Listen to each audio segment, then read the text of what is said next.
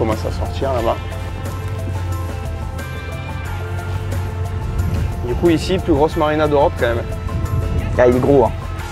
Deuxième plus gros port de plaisance du monde. Ah, c'est du monde, je croyais que c'était... Je sais plus ce que tu m'avais dit, c'était l'Europe ou le monde. Plus grosse marina d'Europe, donc plus gros port de plaisance d'Europe. Et deuxième du monde. Et ils ont déjà agrandi cette année, ils ont encore des projets d'agrandissement. Oh là là. Ah, ils veulent rester devant, quoi. Ben, oui, ils aimeraient passer premier monde. Ouais.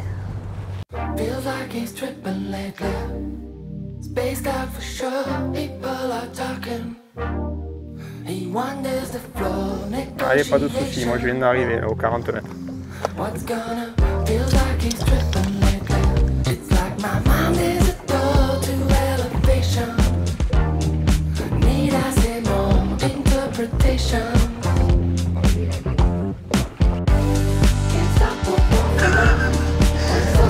Ouais, par contre, ils sont décollés. Hein. J'étais au-dessus. Ouais. C'est vraiment décollé de 10 mètres quasiment. Deux beaux macros, alors là, ça c'est la friandise, ça.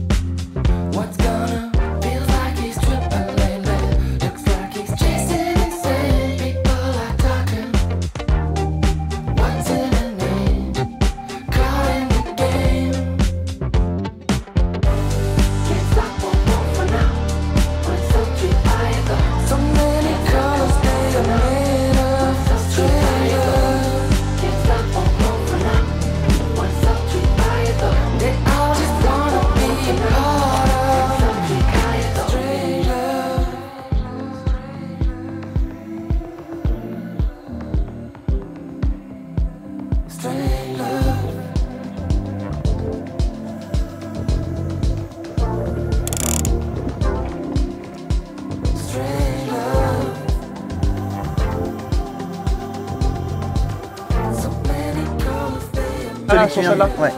Le vif, il est là. Ouais. Vous avez vu le ton qui est sorti de nulle part là. Sur celle-ci, il est venu voir. Putain, le salaud. Il descend, il est dans l'épave. Hein. Ouais. T'as compris pourquoi tu faisais pas les vifs? Collé au fond, ouais, c'est pour ça. Il est sorti de nulle part. Voilà, montez voir ton vif. Hein. Ouais. Premier refus en 90. Hein. Ouais. Bon, ça y est, on est arrivé.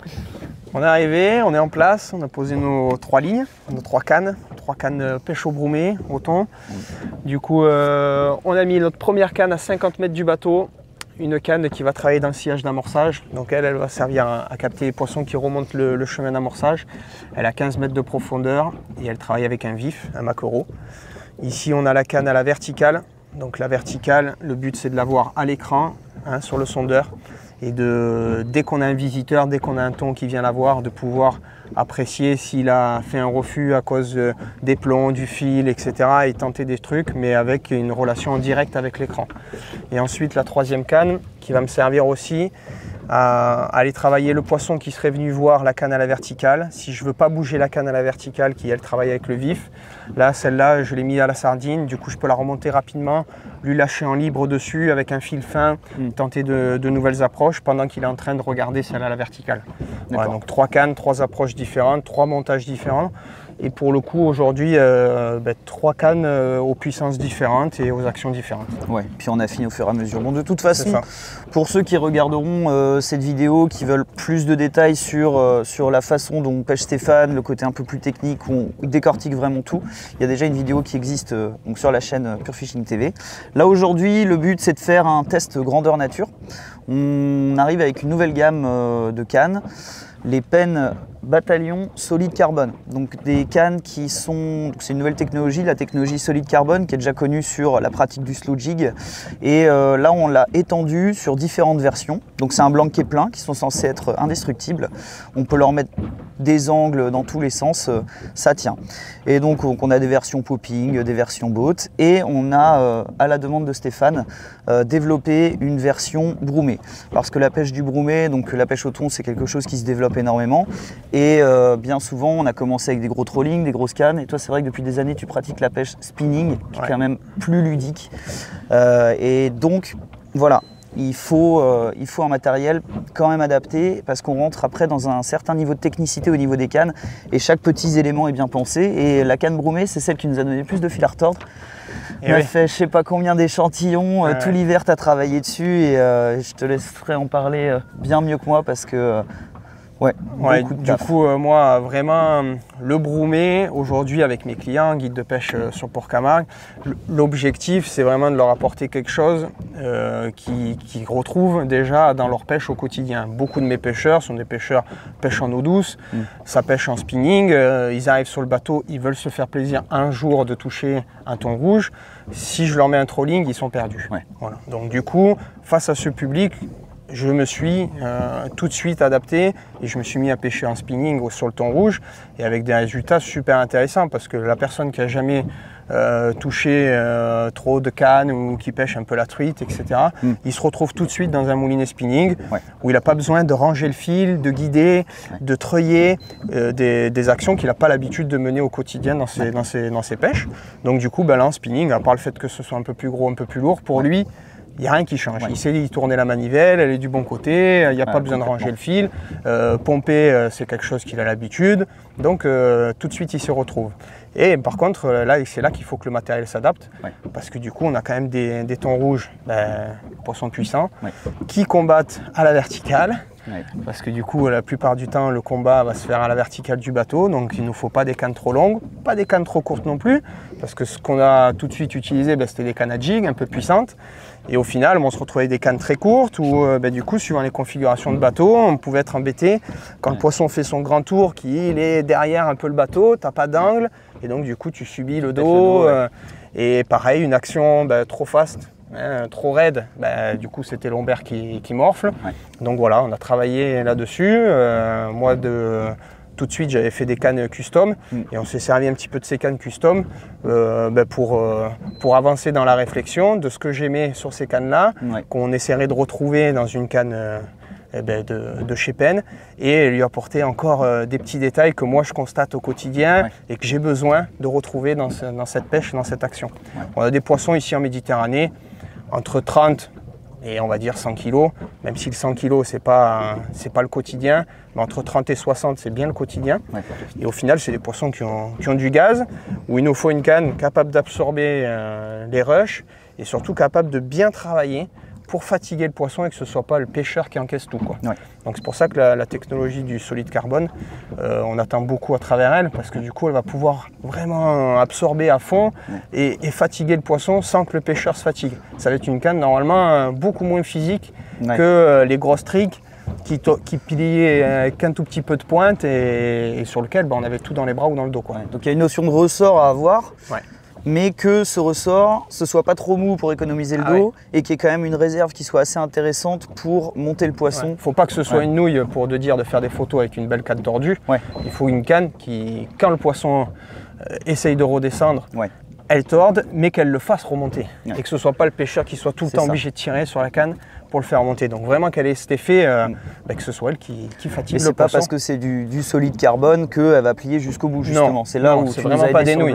Et c'est pour ça qu'on avait fait beaucoup de protos parce que il fallait apprécier la bonne puissance. Et heureusement que moi j'avais des éléments de comparaison. Donc tout l'hiver, même si on sortait pas autant, on a pu mettre les cannes en contrainte avec des poids et retrouver les mêmes amplitudes d'une canne à l'autre et arriver justement à un produit qui paraît vraiment top. On va voir ça, on espère les mettre en condition. Après, donc on a fait deux versions. Une version qui a des petits anneaux où on peut monter maintenant ce qu'on appelle du trolling light, donc des petits moulinets trolling, ce qui permet d'avoir une approche trolling mais quand même en restant light pour être confortable en baudrier. Et une version avec des anneaux plus gros, tout simplement parce que on utilise des moulinets qui ont énormément de contenance, donc on a un gros tour au niveau du pick-up.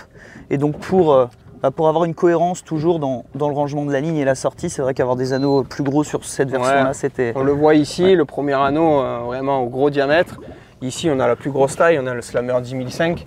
Et ben, du coup, voilà, quand il tourne, on n'a vraiment pas une grosse contrainte sur l'anneau. Même quand il est à l'extrême, l'angle il est très faible. Et on voit que dès qu'il est là, il est déjà beaucoup plus dans l'alignement. Et la tresse, elle ne va pas avoir un point de friction très forte sur ce premier anneau. Ouais. Un des anneaux qui est vraiment en contrainte sur certains modèles de cannes, où du coup, quand il est trop petit ou quand il est mis trop bas, trop près du moulinet, c'est pas bon. Donc là, on voit que vraiment le travail de réflexion, il a été bien mené. Et on voit tout de suite, on est bien dans l'axe, quoi. Même là positionné, sans poisson en contrainte, tout de suite on sent que ça match. Il y a une cohérence, ouais. Une belle grosse poignée ici de combat, pour vraiment être confort, parce que on sait qu'on a besoin d'aller chercher loin. On a besoin d'avoir son bras tendu, d'aller chercher loin devant pour avoir une bonne position, d'avoir le bras tendu. Parce que si on se retrouve trop court, on force le bras plié. Et là du coup on chope vite la tendinite sur le bras. Ici, du coup, pareil, ça a été... Ça, c'est ce que tu nous avais demandé, ça. Ouais, alors, ouais, moi j'avais parlé du porte-moulinet, mais ouais, du coup, on a beau être en spinning, suivant le pêcheur, on peut largement mettre un baudrier dorsal. Ouais. Et du coup, pour pouvoir un peu détendre les bras de temps en temps, ou pour pouvoir avoir une bonne position du dos, et du coup, ici, poser sa sangle, voilà. Et pouvoir, de temps en temps, s'il faut relâcher les bras et avoir la canne maintenue sur la personne. Ouais. Donc du coup, du broumé, de l'approche en spinning, mais toujours possibilité de s'accrocher à la canne, de pouvoir retrouver toutes ces sensations où on vit le combat vraiment jusqu'au corps. Ce qui n'était pas le cas avant, parce qu'au final, les baudriers avant, c'était crocher directement sur le moulinet de trolling, on n'avait pas trop de solutions. C'est ça, là du coup sur les spinning, il n'y avait pas les deux crochets sur le moulinet. Ouais. Donc du coup d'avoir, au début on mettait les sangles, qu'est-ce qu'elles faisaient? Elles ripaient jusqu'au pied du moulinet, elles usaient la mousse elle était rapidement toute cisaillée à cause des sangles. Donc du coup ici d'avoir une belle bague, pouvoir accueillir la sangle, c'est très pratique. Ouais. Voilà, c'est esthétique, c'est ergonomique et surtout ça va faire vivre ici le pommeau beaucoup plus longtemps. Ouais.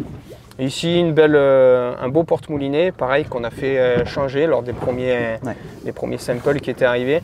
Parce que les moulinets 10005, ils ont des pieds assez costauds, ils ne rentrent pas vraiment dans tous les porte-moulinets. Donc on ne voulait pas un porte-moulinet dans lequel où ça rentre sur un demi-centimètre. Et puis qu'on soit un peu juste. Et que du coup, pendant l'action, tu sentes que ça bouge, que tes bagues elles ont glissé. Et là, il n'y a rien de pire de sentir que ton moulinet peut partir à tout moment dans les anneaux.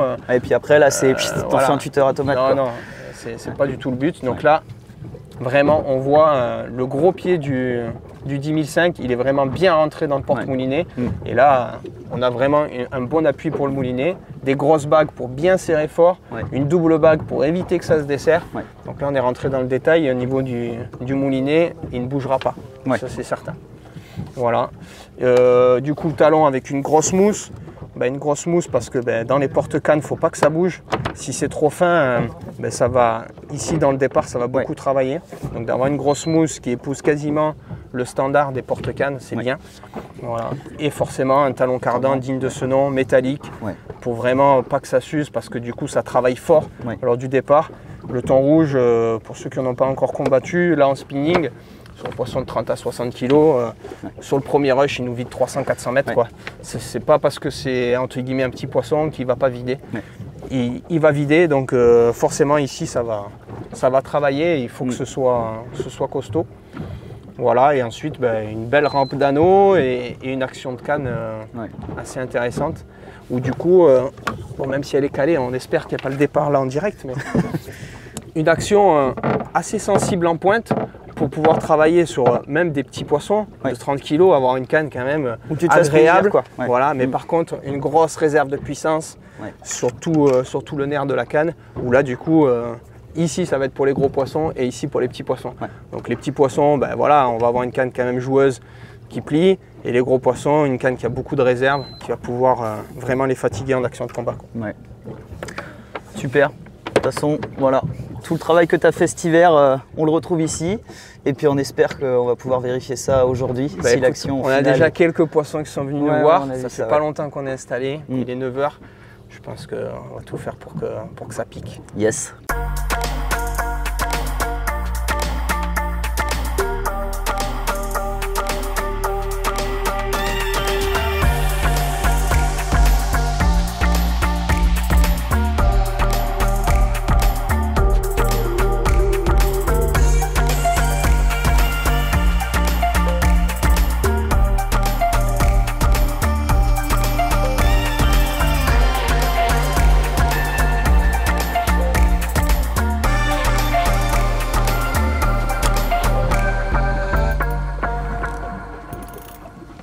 Ça part. Ça part, ça part. Allez, on monte. Remontez celle-là. Ouais, j'arrive.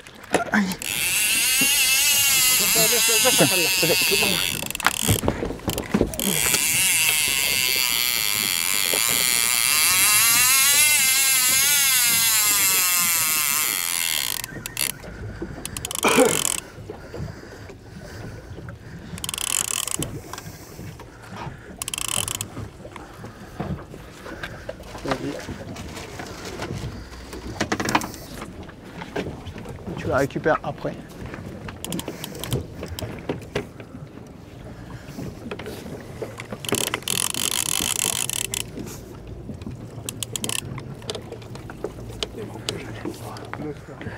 Ouais, mais vas-y, tu peux commencer maintenant. Ouais. Un peu moins bas pour pas y rendre la main. Ça va bien avec le petit fatome et tout. En plus, t'as une belle contenance, tu peux le laisser partir. Bah, finalement, il est pas parti, tu vois. Hein? Il est pas parti. Non.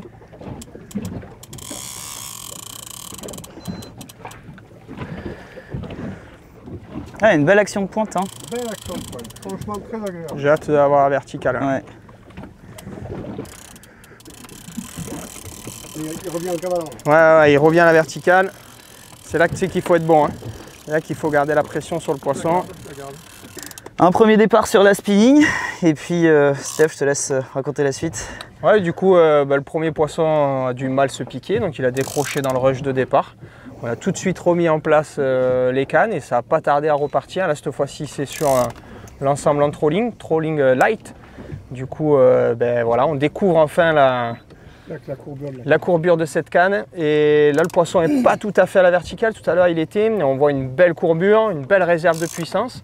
On ne sait pas trop encore le gabarit du poisson. Bon, on a l'impression qu'il n'est pas ultra petit non plus, pas ultra gros non plus. Je pense qu'on a peut-être un 35-40 kg là. Et du coup, on peut commencer à apprécier une pointe très joueuse et une grosse réserve de puissance à l'arrière. C'est ce qu'on lui demande, voilà, d'être joueuse sur les petits poissons et avec une belle réserve de puissance. Très agréablement sur les gros. Par le moulinet. Ah, voilà. Très très doux. Voilà, on commence à avoir une belle courbure de canne. Monte un peu moins haut, va chercher bas. Ouais. Là, il passe derrière. Là, je le compte. Voilà, on voit du coup le pommeau bien long qui lui permet de tendre le bras. Ne lève pas la canne, pas que le fil touche. Tire à gauche, ne te fais pas promener. Voilà. Ah, canne en bas, il passe dessous. Ah, bah là, parfait, hein, la courbure. Hein. Super.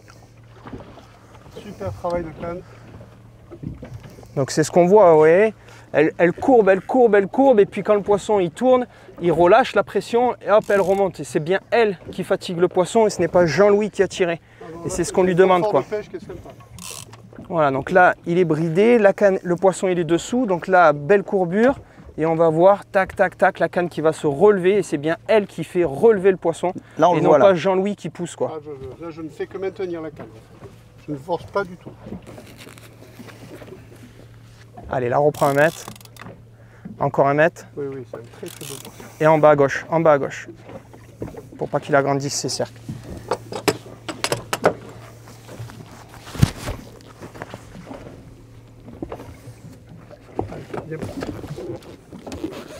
Allez, mouline encore. Tire à gauche, doucement, doucement, doucement. Magnifique. Il est Magnifique. Il est fait. Yes! Alors c'est important de réoxygéner les poissons et c'est important d'avoir des cannes qui les contrent et qui les font monter vite. Parce qu'un thon, en dessous de 5 nœuds, il s'oxygène plus. Donc quand il arrive à la verticale déjà, il s'oxygène beaucoup moins. C'est pour ça qu'il est important que cette partie-là, elle dure moins longtemps. 141 cm. Donc un poisson à 40 kg. Poisson qui a du coup 5 ans et qui est sur les 40-45 kg en fonction de la circonférence du poisson. Non. Donc vraiment un beau poisson de sport. Essaye de le tourner avec ton poignet pour qu'il ait le dos vers le ciel. Voilà. Du coup Jean-Louis, tu vas faire ce que je faisais tout à l'heure avec la dorsale. Du coup sur la dorsale, c'est une dorsale qui ne se replie pas sur elle-même. C'est une dorsale qui se rabat dans une cavité. C'est digne de tous les poissons à grande vitesse comme ça, tout est calculé dans l'ergonomie. Vous voyez, Jean-Louis la plie et au lieu qu'elle se plie sur elle-même, elle rentre dans une cavité, dans une fente qu'il y a dans le poisson. Pareil, les pectorales, elles se replient et vous voyez quand il la relâche, vous allez voir un trait noir et en fait, pareil, elle rentre dans un petit renfoncement pour qu'elle se rabatte et que quand il est à grande vitesse, qu'il a baissé toutes les nageoires, il puisse filer à grande vitesse. Et derrière, on a les petites pinules jaunes. Et elle, c'est pareil, c'est les derniers petits ailerons comme une Ferrari pour le stabiliser à grande vitesse et qu'il ne parte pas en torpille. Donc là, vous voyez, le poisson, on avance à 5 nœuds, il se réoxygène, il est en parfaite santé, prêt à être relâché. Il va très bien repartir. Voilà! Bye bye, merci. Voilà, on a fait du beau boulot. Yes, Jean-Louis, bien joué. Merci. Top. Yes! Merci. Bien joué les gars! Ah, cool. Joli test. Des bons moments, des bons moments de pêche. Ça va être l'heure de manger. Parce qu'on a bien travaillé ce matin. Stéphane nous a bien guidés. On a bien mérité un petit truc bien sympa dont il a le secret. Quand il a reçu sa glacière plano, il m'a dit, tu sais quoi? Il faut qu'elle ait telle dimension. S'il n'a pas cette dimension, je ne peux pas la prendre. Et pourquoi? Eh bien parce que le plateau de mon boucher, du Gros du Roi, il rentre pile poil dans la glacière. Magnifique. Excellent. Et là, voilà. Tous les jours, les pêcheurs, ils viennent, ils se régalent. Ils viennent les mains dans les poches et ils profitent de ce beau plateau.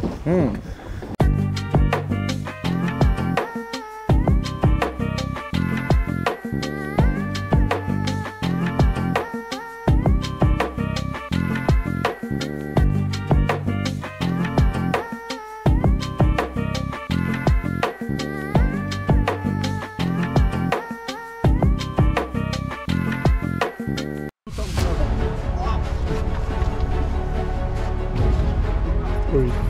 Allez, pousse-toi la caméra.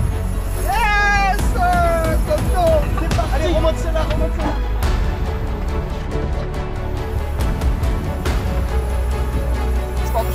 Ouais. Par celle-ci. Ok. Allez, il faut quelqu'un qui remonte celle-là. Jean-Louis. Pour l'aider à enlever les plombs et tout. Ouais. Balance ça à l'avant. Là, à l'avant. Ok. Les flotteurs.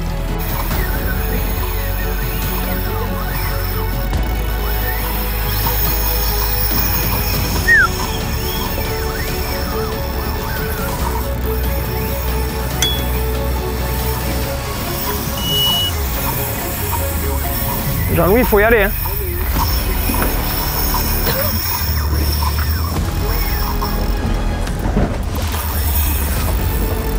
Ça a été bloqué. Voilà, on a eu chaud. Tu veux que j'avance dessus doucement? Oh, c'est bon, pour l'instant je gère. Tu vas prendre la canne, hein, de toute façon. Je veux. Tu la prends de l'autre côté de la ficelle, main sur la manivelle tout de suite. Ouais.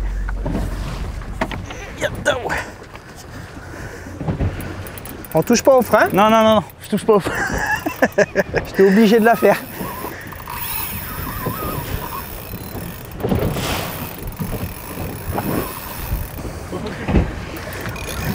Mets-moi le petit talon parce que le cadran il...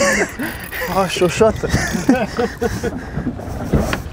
Merci. Ah, c'est mieux déjà. Ah, tout de suite. On prend toujours les départs pendant qu'on bouffe. Et au final, il est arrivé après, quand on avait fini de manger. On discutait à l'arrière. On a vu le sillon travailler. On a dit, ah, ça y est, il est revenu. On a refait un vif tout neuf. Et comme quoi, la fraîcheur du vif, on a quand même des meilleurs résultats. Et sur la spinning, ce qu'on voulait. Il nous a mis un bon gros départ. Stéphane a géré le départ. Et là on prend le relais. Maintenant il va falloir récupérer 300 mètres de fil.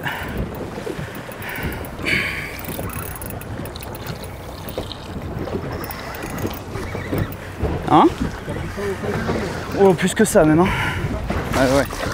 Et regarde les marques sur le moulin. T'as à peu près 100 mètres, je pense, par marque. Ça veut dire qu'il a vidé 200-250. Là, du coup, il prend toute la résistance du bateau. J'ai arrêté d'avancer dessus. Ouais, ça devrait le calmer rapidement.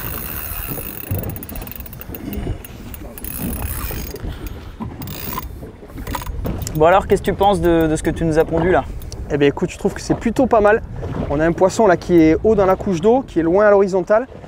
Et du coup, on a une canne bien joueuse avec une pointe vraiment qui se plie un petit peu. Et du coup, dans ces moments-là, généralement, les cannes sont souvent trop raides parce qu'elles sont faites pour résister à la verticale. Et là, on a du mal à garder la pression avec le poisson quand il est haut à la couche d'eau. Et là, pas du tout. On a cet effet ressort qui est top. Une bonne longueur niveau prise en main, le pommeau de combat il est top.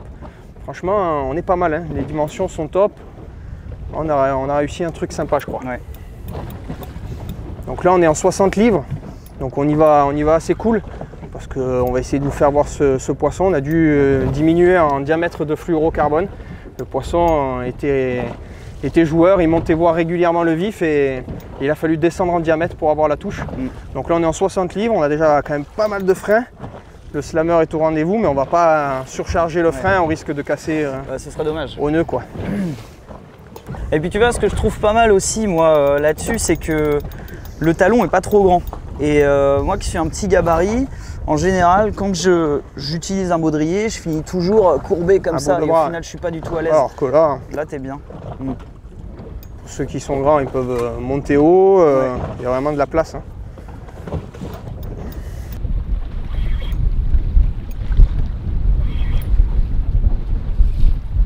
Il y a le plomb qui arrive. Ah. Tu vas prendre la canne, comme ça moi je m'occupe du... Canne en bas. Ne la monte pas, pas sous la canne. C'est un beau poisson de plus d'1,50 m.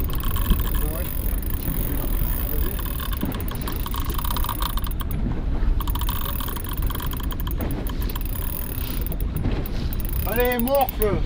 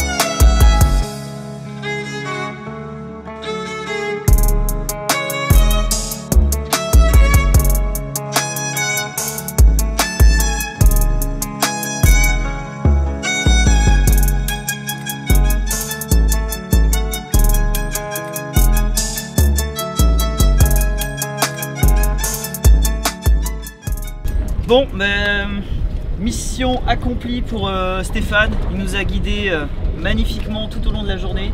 Donc la mission pour trouver du poisson et les mettre au sec a été remplie. Et je pense que celle qu'on t'a confiée cet hiver avec les cannes, on a coché les cases. Ouais, en plus, voilà, la nature nous a offert 2 jolis poissons sur les 2 ensembles qu'on voulait tester. Donc Donc c'est parfait, c'est ce qu'on voulait. On a pu apprécier les deux cannes, on a pu vous faire apprécier les deux cannes. J'espère qu'elles vont régaler un maximum de pêcheurs. On y a mis tout notre savoir et notre cœur. Et puis voilà, un produit simple et efficace qui permet de faire des beaux poissons. On a fait 1m42, 1m36, des beaux poissons qu'on trouve régulièrement sur toute la côte méditerranéenne. Donc il n'y a plus qu'à se régaler avec ces modèles de cannes. Très très belles actions au niveau des cannes. Ouais, parfait. Je remarque, c'est vraiment top du top. Et puis surtout de pouvoir en avoir pour les deux types de pêcheurs, ceux qui veulent pêcher en trolling un peu light, exactement. Ceux qui veulent pêcher en spinning pour continuer à se faire plaisir en spinning. Exactement. Voilà, les deux pêcheurs pourront avoir une canne broumée Méditerranée, voilà, conçue par des amoureux de la pêche au thon en Méditerranée, et ça c'est top. Vous l'aurez compris, une super nouveauté 2024 pour pêcher le thon au broumé, à découvrir en magasin. Merci d'avoir regardé cette vidéo et à très bientôt sur Pure Fishing TV. Ciao! Là, tu restes en surface, il veut plus descendre. Peur de sa vie. Ah, il aurait gagné, sur le papier, il aurait gagné sa liberté, je pense, après ce qui vient de lui arriver.